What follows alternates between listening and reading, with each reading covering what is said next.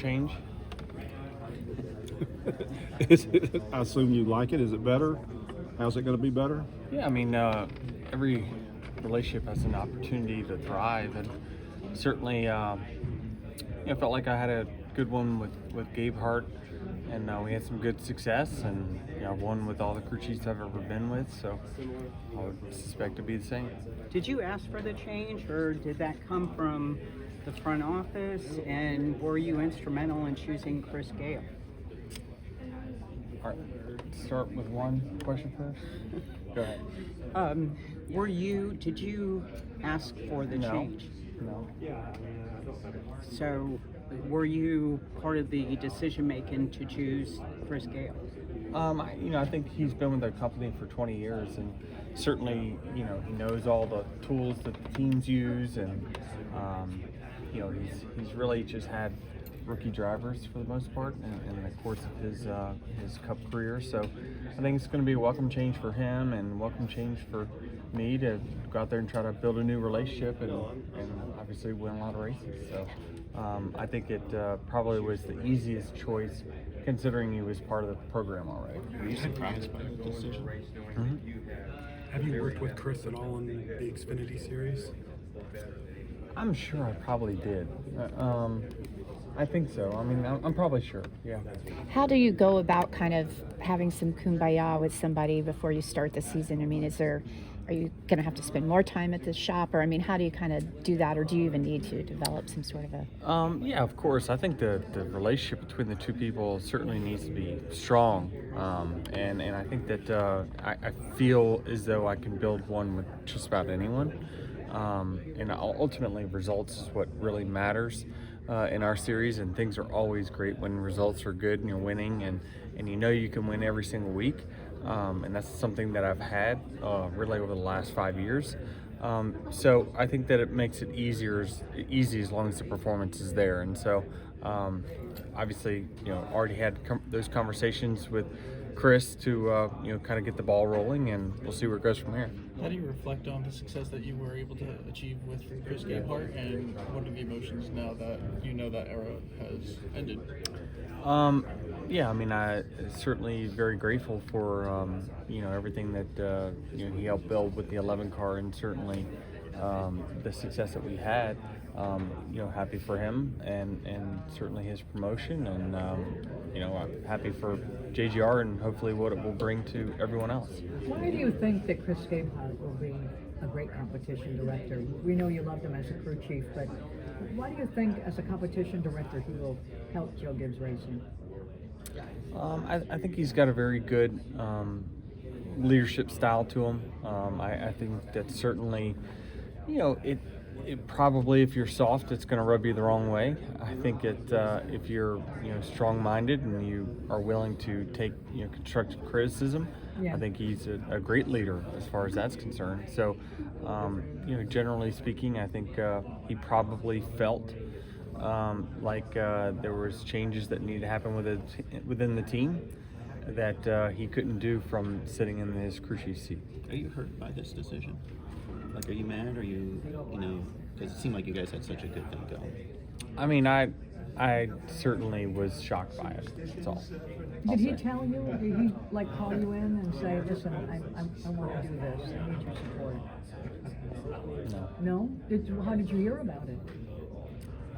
I got called into another 6 o'clock meeting. I'm never going to JGR at 6 o'clock ever again, by the way. All those meetings are bad. So you were 6 a.m. or shocked at a 6 meeting, 6 and that's how you p.m. found out I'm never about going again. Huh? it? You were shocked at a meeting, and that's how you found out about it? Yeah. Does that surprise you? It does, but I mean, again, they've got to do what's best for the company, and I think that they're looking for an improvement on performance on the 54, and they're looking for an overall performance for all the teams, because we certainly hadn't won the amount of races as an organization as what we should have.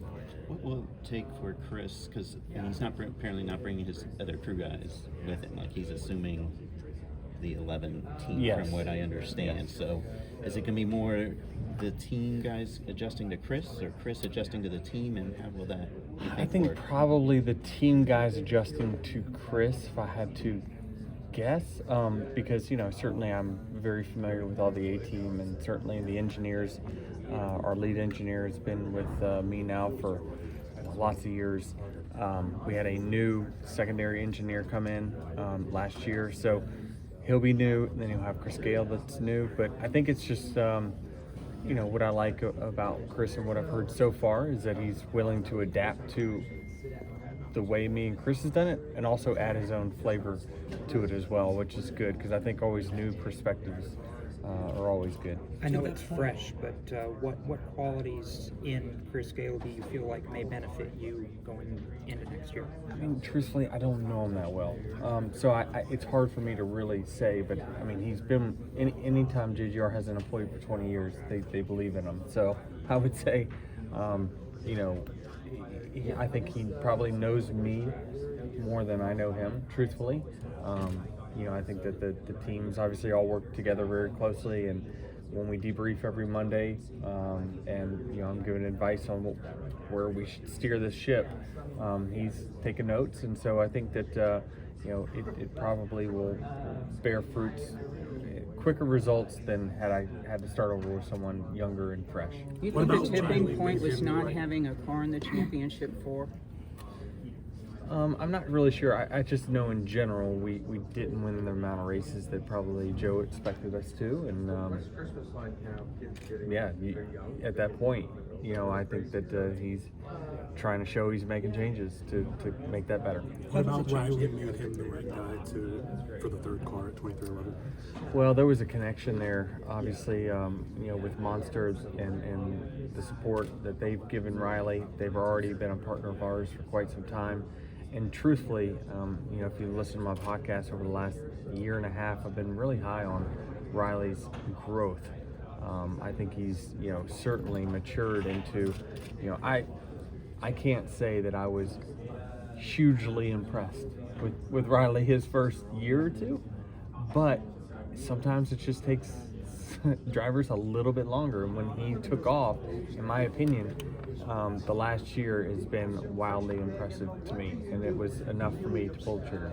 When did conversations start for the charter from SHR? What's that? Have you completed the purchase of the charter from SHR? Nothing's completed now.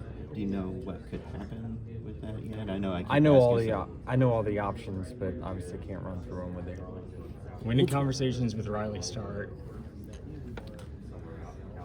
I mean, it was probably summer. I mean, it was early on. It wasn't something that happened right away. Certainly, I've said for quite some time that I believe that 3 teams is kind of a good sweet spot, and especially with our sport and the economics of it, it certainly makes for better